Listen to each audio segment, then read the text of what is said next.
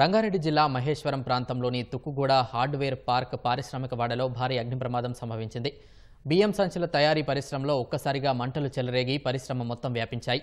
అప్పటికే అక్కడ పనిచేసే సిబ్బంది మొత్తం బయటకు వచ్చేయడంతో ప్రాణ నష్టం తప్పింది.